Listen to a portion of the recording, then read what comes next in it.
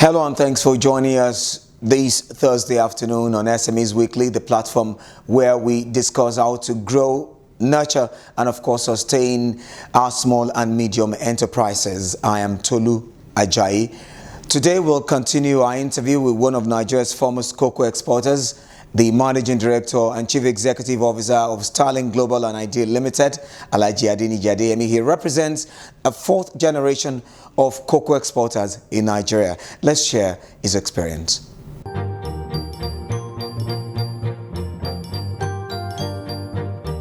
Because they should have left the cocoa development unit, they should have left the research department, they should have left those people that are increasing the production, and the quarantine and extensive officers that were going to farmers to educate farmers on how the best practice, the new pesticide and fungicide that they needed to be applied in their farms. All those ones were removed. So that was the trouble. So the entire system collapsed? Yeah, it closed. Now everybody it is all commerce a business. Anybody can just jump into it. And that was why you see foreigners giving us trouble and giving us bad names in the international market, because the liberalization was not controlled. So it gave opportunities to people that doesn't even have any business or do the business in the cocoa industry or any of those commodities, and they came in and they saw an opportunity and they used it at the detriment, to the detriment of the nation. So that was what happened. How would you describe the state of the cocoa export production at this time? You see, the last time I told some people, I said our journey is just like the journey of the biblical Joseph, who is going to be a great man, who was going to be a great man, but he was not going to be a great man in his own country. He has to move to Egypt, and he will not move to Egypt if there was no conspiracy. And the conspiracy really eventually realized, he was able to realize the objective of getting out, was imprisoned, and eventually became what God really designed for him. In our case, if we have not gotten to this level, maybe everybody will not have seen the problem and be looking for solutions. Yeah, to me, I think it is it's a very good thing that is happening now. Happening because it is at the time that we have a teeming youth. The problem in the northeast of Nigeria, was it due to religion? No, it was poverty. Have you seen a rich man that wants to die? You won't see any.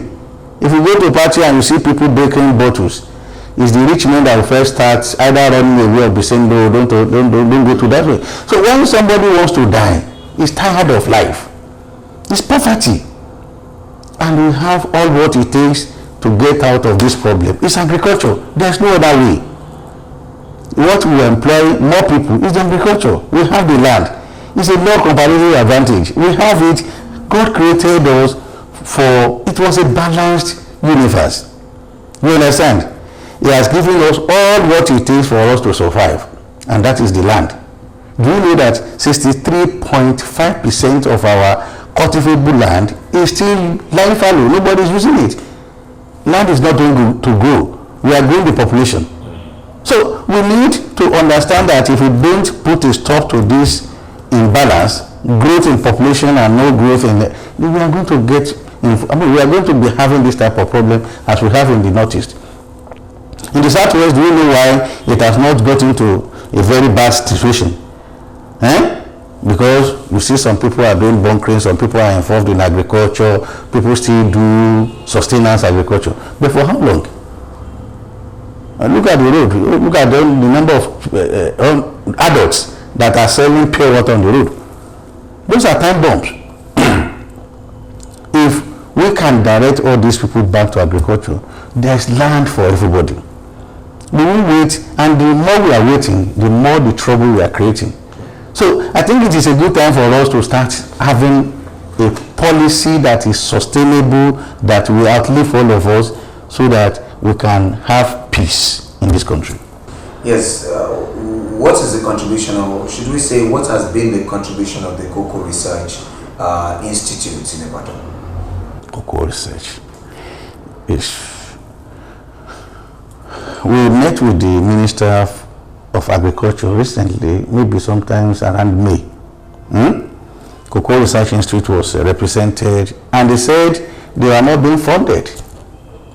So maybe funding is a trouble, maybe corruption is a trouble. Nobody really knows. So I don't really know what the Cocoa Research Institute is doing. I have not seen any appreciable thing coming out from them. Do you know that recently, when I needed to plant cocoa in my farm in Edo State, I decided to go and look for seedlings. From where? Indonesia. Because we can't get here. We asked them, it was the one we have, government, we need to do this. So that one was easy. You have to go and get seedlings from Indonesia to plant. And this is another aspect that can give us a lot of income. If the cocoa research is doing very well, they can produce pest resistance, weed resistance, hybrids. Then at the end of the day, we get to somewhere where we can, a particular point when we have cocoa that can fruit in 2 years. They claim that there are some that can fruit in 3 years. Are they sustainable? What are the agronomists they are doing? So there are so many things that are involved. Where is the fertilizer for cocoa? We are not producing one in Nigeria. We don't have. If you go to Cote d'Ivoire, they have fertilizer specifically made for Cote d'Ivoire. If you go to Ghana, there is specific fertilizer made for Ghana. Nigeria doesn't have. So if you now use the fertilizer that is made for cassava or cocoa, what do you expect? It's like a train is thrown into the water. You are expecting bubbles, and that's what happened. That's why you can, when you are looking at it, you don't look in it in isolation. You look at it holistically. The problem has been a lot of abandonment of so many of the institutions for a long time. Nobody controls them. Nobody cares. How can we entice or attract teeming youths or unemployed ones who have interest in cocoa planting, processing, and production to go into it? There was a meeting of FACAN, that's the Federation of Commodity Marketers Association, and I was invited, and there was a discussion. And we said, look, the problem we have in Nigeria are just two. The first one is the government. The government should remove its hand from the business of what? We don't need them. Just create enabling environment. Leave the rest to the private people. We'll do the business. But just create enabling environment. Infrastructure. Let them fix all the infrastructure. If the train is working, that's the railway system. If it's working, there's electricity. You understand? Then the urban migration will reduce, and people will be able to go back to their villages and farm. It's poverty. Anybody that, don't you see the number of Nigerians that are crossing from Libya to Italy in a dangerous journey? Do you think anybody wants to be a slave in another person's country? Of course not. It's because things are getting difficult. How do we move forward? What we need to do is the government itself to have a direction that is sustainable. 2, let us make agribusiness a good one that is going to attract the youths. 2, we also need to have a policy on ground that students just don't go to university to go and study agric for nothing. Because the moment they finish, you see them looking for a bank job. That's not what they are supposed to be trained of. They are supposed to have the knowledge about the practical agriculture. There's always 1 year of practical in agric curriculum in the universities. But that 1 year is just theoretical. It's not practical. So you can see where the decadence is. So we need to also have policy formulation that will address those issues. Then there must be production before processing. If you don't produce anything, what are you going to process? Nigeria produces 250,000 tons of cocoa, and you are putting a factory of 300,000. What is going to happen? We are going to be importing cocoa from Cote d'Ivoire. Is that what you are saying? Cote d'Ivoire produces 1.7 million tons, and they have processing factory of just 400,000 tons. Do you understand? They have access to ship out. Value addition is the key, is the direction. But nobody is going to it, especially us, because there are no infrastructural development that can make it profitable. You are going to compete with the people that have electricity, low cost of production, and you want to ship from Nigeria. It's definitely not going to work. So that is why the government is involved, very key to it, and we also need to change our own orientation. Know fully well that once this thing is attractive, people will be able to buy into it. That we don't export more cocoa now, is it a reflection of the fact that we consume more at home here in Nigeria? No! The trees were planted by our great grandfathers or grandfathers, and they have a lifespan. The production has reduced because those trees are old and nobody is replacing them. Nobody is cultivating new farm. So those are the problem. And that was what I saw, that I went into what we call backward integration. I decided, let me even look at it. Why is it that people are not looking at this side of it? And I could tell you, it is very, very bad. The road to my farm, I have to do it.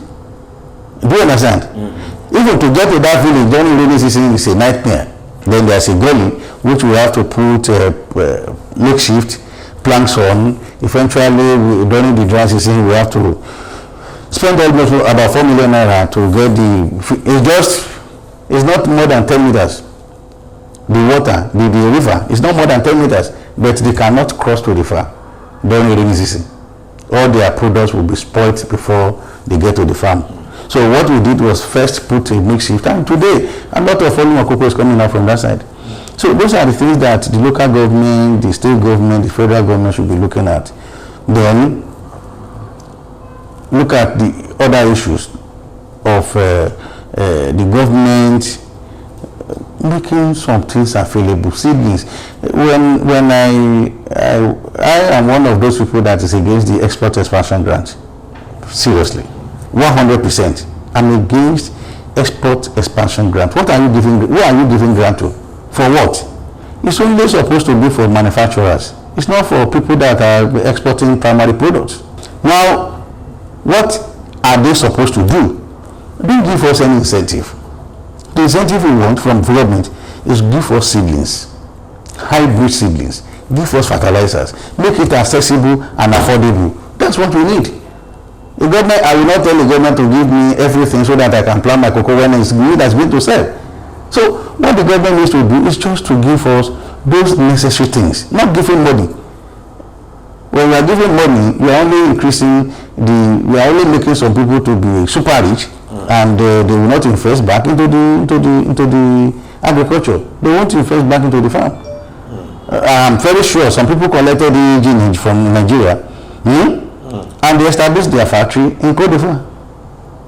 That is it. They collected all the money, export expansion grant, up to about 25 billion from Nigerian economy. And instead of them to put the factory in Nigeria, they put the factory in Cote d'Ivoire. So who is losing? Nigerian government. So that is it. So the AEG is supposed to be cancelled. We should forget it. What we want is a new incentive. The practitioners like us who are suppliers of primary products, they should give us tax rebate. That is an incentive. They should, for the farmers, they give them seedlings, make it affordable, that if we provide seedlings, they can't eat it. If we find money, they will misplace it. Absolutely. That is it. Give them fertilizer, let it be affordable. Give them the correct fertilizer they will need. Give them the pesticide, the insecticide that will make the farm grow, and that is all we need.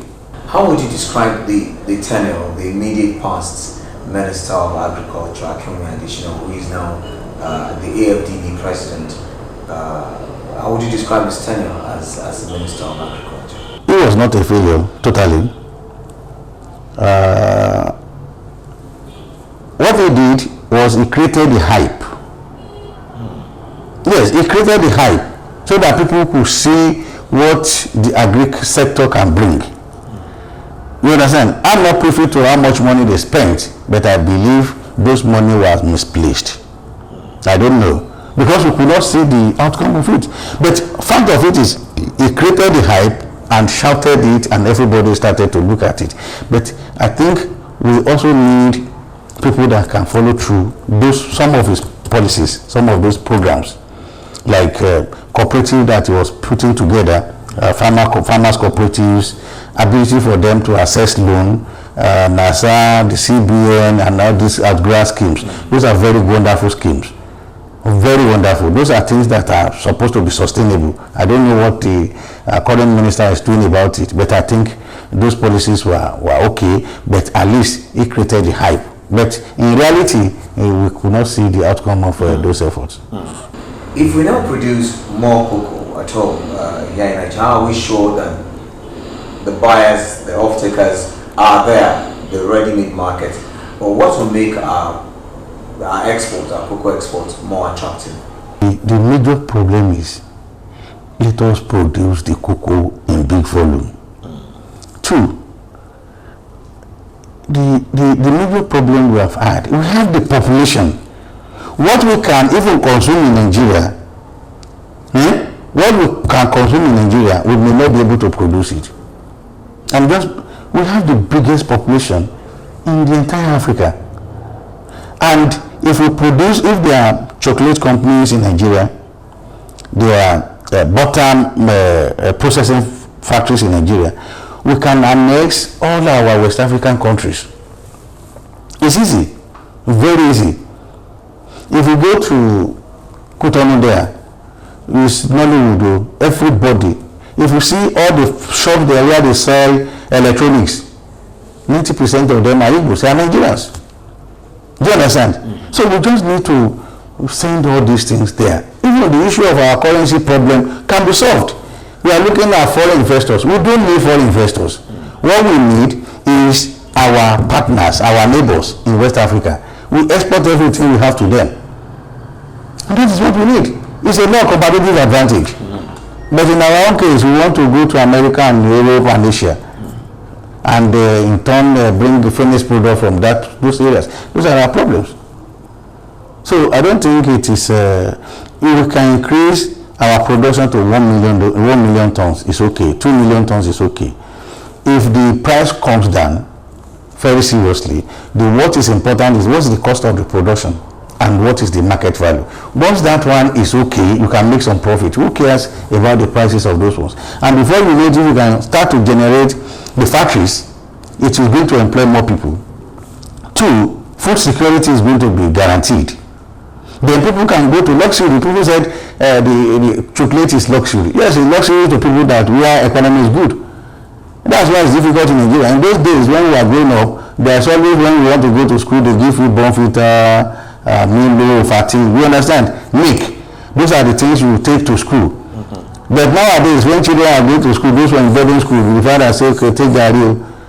This is to tell you that we are genuinely having troubles. We can go back to that. And that's why some government are saying, I want to free students one day, because they believe that they don't hit balanced diet. This is a trouble. So we can go back and produce those things here and give free, and get it, make it affordable to every Nigerian.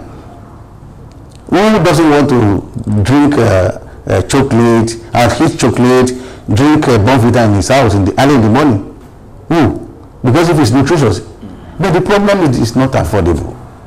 Because when we produce cocoa in Nigeria, we export it to Europe. They will do the refined product, we pay freight, we pay shipping to ship it to Europe, we pay freight, we pay insurance. When it gets there, they will manufacture it, turn it into chocolate and bonfita and other things. They export them back to Nigeria. They put freight, they put value addition, they put fat, and at the end of the day, we buy at a exorbitant price. So these are things we could also do in Nigeria. So processing will be the future of the business, but we can increase the production first. Now, let's move to the activities of STARLINK Global and the evolution of a viable cocoa industry. Tell us your experience. Well, I did not just get into the cocoa business. I was drafted into cocoa business. And because it's a family business for about 87 years, they wanted a continuity and it's unbroken chain for those numbers of years. And when I was told to come into it, what actually happened then was we found out that some bankers, because of the FX, that was in the late 80s and early 90s, some bankers were resigning from their jobs because they could see that there was a business, good business in FX, and cocoa was generating foreign exchange. So these are people that doesn't understand anything about the business. And they started giving very bad names to the cocoa industry outside Nigeria. There are times that cocoa were rejected. So those people that have been in it, including my own parents, believe that, wow, this is not the legacy we want to leave. So they decided to look for people like us that can come into the business and see what we can do to change the face that it was very terrible they were getting. And thank God today, the destination of every buyer of cocoa in Nigeria is STARLINK. Because one, what we needed to correct, we have been able to correct it. We have been able to tell them that Nigerian cocoa can be very good. We have been able to tell them that those ones they saw were morticians. That is not the original Nigerian buyers. These are the people that came to Nigeria only for the business without the interest of the nation. So what they were just doing is just to make the money anyhow. They said Nigeria, nothing good can come from Nigeria. If you want to buy anything from Nigeria, you have to talk to us. But now people can see that real indigenous Nigerian exporters can make their cocoa very well, and they can compete with the best of cocoa from any part of the world. And that is what we are doing now. Today we deliver to the terminal market. Today we deliver to the factories, to the processors. And no complaint. We have not been discounted in the past 2 years. So because we needed to do training, we send our people to Europe to go and learn what is the best practice. And we follow it through. We did not cut corners. And everybody is happy with us. And that is why you see the company growing and becoming very prominent in the industry. Talking about agro-allied cargo exports, how would you describe the state of our agro-allied cargo exports at this time? It's just we are really managing what we have. But that is the truth. Do you know that today the terminal operators will charge 40,000 per container? It's just a new introduction. We are going to fight it anyway. You understand? It's not justifiable. They said container handling charge. What are they handling? What container are you handling? So the problem is all these concessionary policies were just to rip off Nigerians. They concern all these ports to foreigners, and whose business only just to make the money and get out. So nobody is looking at the future of the country. Nobody is looking at how it affects ordinary citizens in Nigeria. Let me tell you my experience. I'm sorry to digress a bit. I was in London. I wanted to borrow money for my business in London, and I was discussing with a bank. They called it HSBC. They actually visited me in the house. You understand? I didn't go to the bank. They came to my house to discuss with me, and what the bank told me was really sparked my head. You know what he said? The woman said, "We can borrow you money because we have a collateral. But where do we want to use the money?" I said, "This in Nigeria. I want to use the money in Nigeria to buy cocoa, and I'll be exporting and I'll be routing the money through you." She said, "Do you have an office in London?" I said, "No." Said, "No. If we have an office where at least one Briton is going to be employed, then we can give you the money." Do you understand? The bank itself is not looking at the business of making money off you. They are looking at the policy of their government that at least one person should be employed. They want to use whatever opportunity they have to generate employment. In our own case, we don't care. So the cargo today, the seaport, it is the same thing. So many times they bring containers that are broken. You put your products inside them, then before it gets to Europe, they are all damaged. You have a situation whereby they tell you a particular vessel is coming on the 10th. You plan against it. By the time it is on the 10th, they say the vessel is not coming again. Another one is going to come on the 20th. And you have already shipped. You have put them in 10 containers. Those are some of the major problems we have. But who are the policy makers that are supervising them? Are they really looking at it? Once money has a changing hand, nobody controls them again. They became emperors, and we don't have so many alternatives. So we have to use what we have. So that's why I said at the beginning that we only manage what we have. Against the backdrop, against the background of government's renewed call or agitation, would I say, for diversifying away from oil, how to engender a provision of a new agri system? It's easy. I'm talking in the background of the fact that now the government is looking at, they seem to be serious about diversifying away from talking about non-oil export and looking at agriculture. What would you like to see happening? I'm surprised that you say the government is serious. I don't think they are serious. They are only making political statements. If they are very serious, the first thing is to prepare the land use decree, land use act. That one will make the land accessible to everybody. That's the first thing. Because if we want to take land, the government says it's the owner of the land. Which land does the government own? Do you understand? So the first thing is the government should remove its hand from land allocation. If that one happens, people can have access to land and go back to farm. Lands can now be used as collateral to banks. Do you understand what I'm saying? Even farmland can be used as as collateral to banks, and people can get soft loan and go back and do agriculture. Then there will be insurance policies that will guarantee the farmers against harsh climatic conditions. So if those ones are there, that's the first step to show that the government is serious. Recently, the owner of Ife invited so many people to come and see the cashew planting season. And that is one of those things that we want to see a replication of it from every part of Nigeria.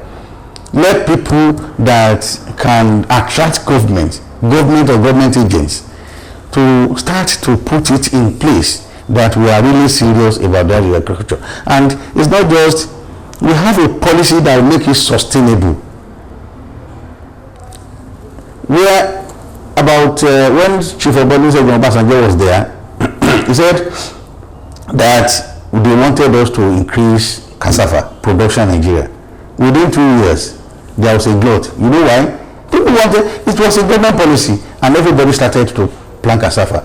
But as they were planting the cassava, there was no policy on how to offtake it from them. Then everybody got discouraged and became a problem. Some people lost money, they will never go back to agriculture again. Those are the policy summaries that we were talking about. If we want to start with production, the entire chain should be followed. Do you understand what I'm saying? Production, yes, if we get this production to one point, are we prepared for the processing? The next phase, after the next phase, what about the marketing? A farmer doesn't want to know who buys his product. What is just important to him is how does he sell his product. If you know what we waste every year, wastages from tomato, from those citrus, orange, mango and everything, it's enormous because there are no off-takers. We are not using them for anything. So it's not just the only production. It has to be followed through to consumption, to marketing. Government can create silos, that's storage facilities, for some of the grains. And for the other one that are perishable, government can make the industry closer to where it is being produced. They can be processed on time. There will be off-takers. Then it can be followed through. So those are the major things we want to see. If the government is genuinely serious, we want to see those policies formulated and being followed through. Seedlings being provided, insecticide, pesticide being provided at affordable rate, and fertilizer being used, and employing people that have the knowledge about the farming, who is going to be teaching the farming on the act of using those products we are talking about. So once those ones are there, you find out that it's holistic and it's going to immediately put everybody on the toes to do something. At its last Monetary Policy Committee meeting, the Central Bank of Nigeria decided to leave interest rates on hold at 14%. What are your thoughts on this? I don't have a problem with retaining the MPR. It's simple. What is the state of the economy? What's the inflation rate? Inflation is about 7.61%. So the CBN had no option other than to retain. In fact, it was even good that they did not increase it. Do you know that so many of the banks are in trouble? I'm sorry to say this, but that's the truth. They have enormous bad loans. They are not even telling the bank, they are not telling the CBN. You understand what I'm saying? Some banks are in serious problem because of the fall of oil prices. They are giving so much money to the oil marketers who cannot repatriate anything. They are trading at loss. All of them are in trouble. They are only covering it. So what can CBN do? Nothing. The only thing is, until we stimulate this economy, there's nothing that we can do. You can see the papers, the Dangote and the president of Senate are saying government should sell their assets to stimulate the economy. You understand? I strongly support that thing, because the way it is, there's no other way you can increase your reserve, and we don't have reserve, how do we trade? So definitely the economy has to be stimulated. If the economy is good, you can reduce the interest rate to 5% or to 4%. It doesn't matter. Where it is obtainable in the world, you can see the stability in the economy. In our own, we don't even know what the direction is. Nobody ever knew that dollar can get to 400 and something. Today, that's the trouble. So the major problem is that the MPR, the committee, doesn't have an option. If they have had an option, they will have tried to reduce it. They don't have an option. What will they do? If they do this, we are only creating more problem. So it's not. The experience of many who actually bought government assets in the past were not very pleasant. What do you see? What would you like to see happening at this time that you think are really rev up activity in the productive sector? The people in government should know better. I strongly believe mine is not selling the assets. What I am saying is that they must stimulate the economy. How they want to do it, I don't know. That one is left to the Minister for the Finance and the Economy team. But if we don't stimulate the economy as it is now, there's going to be more crisis. And I am of the opinion that the first thing they should look at is the food security. If they can guarantee food security, you find out that all this stimulation is an issue. It will not be an issue. Because if we want to create, we want to make the roads passable, you understand, electricity to be good, it's not going to happen overnight. But at least within a period of 3 months or 2 months, there must be food on the tables of every Nigerian, must be affordable. So what the government should be looking at will be the primary thinking now is how to give guaranteed food security without necessarily importing these foods from outside Nigeria. Once that one is done, you can see that things will get better. So if it is for them to sell the asset, well, they're on their own. I don't know. I am not part of the government. I don't have any understanding about it. But to me, I strongly believe that they should stimulate the economy by making the food security their watchword, and that will be the best thing they will do, and that is is key. So the government should look at the food security. Once they do that one, the rest will be history. I want to say a very big thank you to you for allowing us to speak with you at this time. Yeah. Thank you very much. You are welcome. That's our package for today. I am Tolu Ajayi. Do send your views and comments to our social media platforms right there on your screen. Let's continue to patronize Made in Nigeria and grow the economy. Bye for now.